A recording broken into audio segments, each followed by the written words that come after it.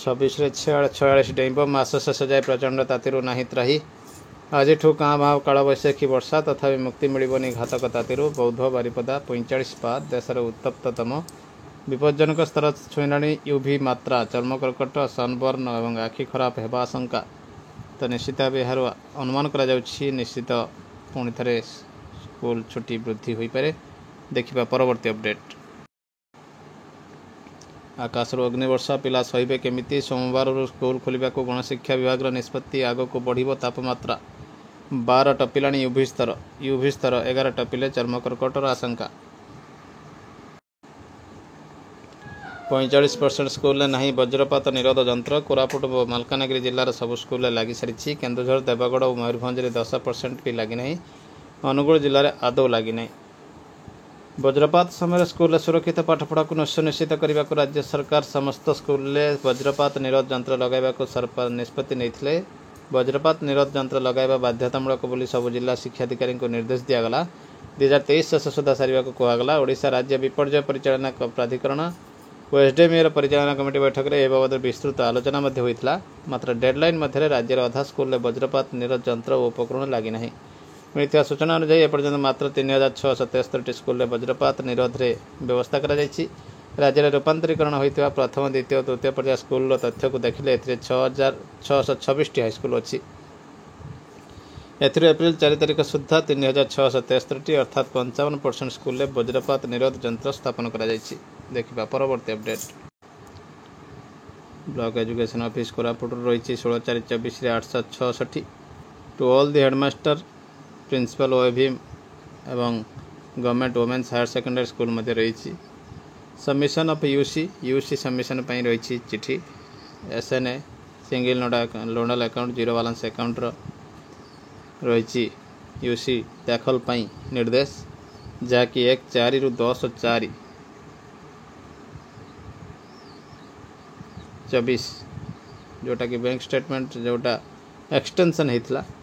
तार यूसी देवाई कहुई तो आपणकर OGFR 23/24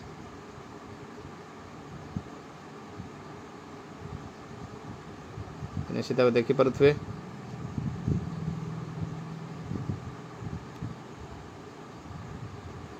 ये रही प्रथमे नेम ऑफ दी डिपार्टमेंट बा name of the scheme SME Odisha Bhubaneswar certified रही जिते टंका आप से स्कीम आसी वार्ड रे लिखे समग्र शिक्षा अंडर रे आसुची बाय ग्रांटी किए रही आपणकर टीपीसी रोचंती ग्रांटी नेड्रु केते टंका आप खर्च होती फिलअप करेंगे और ये 2023-24 लिखा 2 और 3 नंबर आवश्यकता नहीं सिंगल नोडल अकाउंट पाई name of the serial number name of the grant sanction number and date resolution number and date पड़ो आपंकर सैंक्शन अमाउंट केते केते टंका लिखे यूटिलाइज होती जेते सैंक्शन जेते यूटिलाइज सेते amount deposited back by treasury challan तो निश्चित भाव देखु ये seal signature of the headmaster एवं seal signature of the SMC chairman रहिबो form OGFR 24 details of statement of expenditure आपन केतोटी भाउचर रे कौन कौन अमाउंट खर्च करिसेंती मध्ये एठी लिखि परिबे जहाँकि सबठार गुरुत्वपूर्ण कथा रही एवं एठी अंडरटेकिंग मध्ये देबे एचएम एवं एसएमसी चेयरमैन जे हाकु ठीक बाटर एक्सपेंडिचर करा जायछि। I further undertake that all Xerox copy of vouchers and UCs are kept in HM and SMC chairman for the year 2023-24 and the same can be checked by any authorized person including auditor मध्य check करि परंती तो निश्चित भाव रही गोटे बड़ खबर। Government of Odisha finance department office memorandum रही 10,791 19/4/24 guideline for timely spending of budgetary grants out of vote on account budget for the year 2024-25 through implementation of cash management system CMS रही 20 departments through quarterly expenditure allocation बाबद चिठी रही cash management system CMS रही even pacing of expenditure with in the financial year reduce Ross of expenditure during the last quarter रे Ross को reduce करने रही front loading of expenditure in the first 3 quarters curve the tendency of parking of funds outside government account, effective monitoring of the expenditure pattern, improve the quality of expenditure, better wage and mean management. तो administrative expenditure रही establishment operation एवं maintenance EOM, debt servicing expenditure, program expenditure, disaster response fund जोटा कि दुईटी रही NDRF SDRF, transfer from state union finance commission transfer to local body, state finance commission transfer to local body, online module for quarterly expenditure allocation QEA ये गुड़िक रही अर्थ विभाग गुरुत्वपूर्ण प्रसंग जहाँ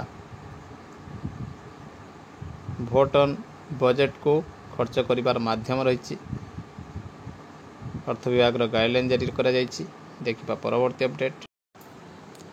INPR department तरफ रही सूचना संभाव्य ग्रीष्म प्रभाव पाणीपाग विभाग सूचना को दृष्टि रखी चलित एप्रिल 22 रु 24 तारिख पर्यंत 3 दिन सकाळ 6:30 रु 10:30 पर्यंत विद्यालय खोला रहिबो। सेपरि एप्रिल 25 रु सारा राज्य में ग्रीष्म छुट्टी घोषणा करिसेंती सरकार। तो निश्चित भाव देखते रही ऑफिशियल नोटिफिकेशन सूचना लोक संपर्क विभाग तरफ 3 दिन सकाळ 6:30 रु 10:30 पर्यंत हो पाठपढ़ा। अप्रैल 25 रु ग्रीष्म छुट्टी घोषणा 21/4/24 रही नोटिफिकेशन संभाव्य ग्रीष्म प्रभाव और पाणीपाग विभाग सूचना को दृष्टि रखी राज्य सरकार चलित अप्रैल 22 रु 24 तारिख पर्यंत 3 दिन पर समस्त सरकारी अनुदान प्राप्त बेसरकारी विद्यालय गुड़ी को 6:30 रु 10:30 पर्यंत खोलिया निष्पत्ति नहीं। चलित अप्रैल 25 तारिख ठारू गुरुवार ठारू ग्रीष्म छुट्टी पर सरकार निष्पत्ति नहीं। ग्रीष्म छुट्टी समय सरकारी और सरकारी अनुदान प्राप्त विद्यालय छात्र छात्री शिक्षक शिक्षयित्री शिक्षा तथा शैक्षिक कार्यक्रम निमंते राज्यर प्राथमिक शिक्षा निर्देशक राज्य माध्यमिक शिक्षा निर्देशक और उच्च माध्यमिक शिक्षा निर्देशक प्रत्यक्ष तत्वावधान में विद्यालय परिचालना करा जिवो। तो निश्चित भाव देखो ग्रीष्म छुट्टी रे डायरेक्टर एलिमेंटारी डायरेक्टर सेकेंडरी एवं माध्यमिक शिक्षा निर्देशक द्वारा कार्य को परिचालना करने रही सूचना। देखा परवर्ती अपडेट।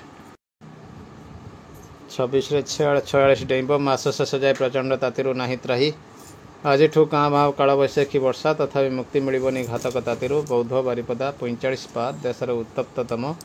विपज्जनक स्तर छुईला। यूवी मात्रा चर्म कर्कट सनबर्न और आखि खराब होगा आशंका। तो निश्चित भाव यार अनुमान करा निश्चित पुणी थे स्कूल छुट्टी वृद्धि हो पारे। देखिबा परवर्ती अपडेट।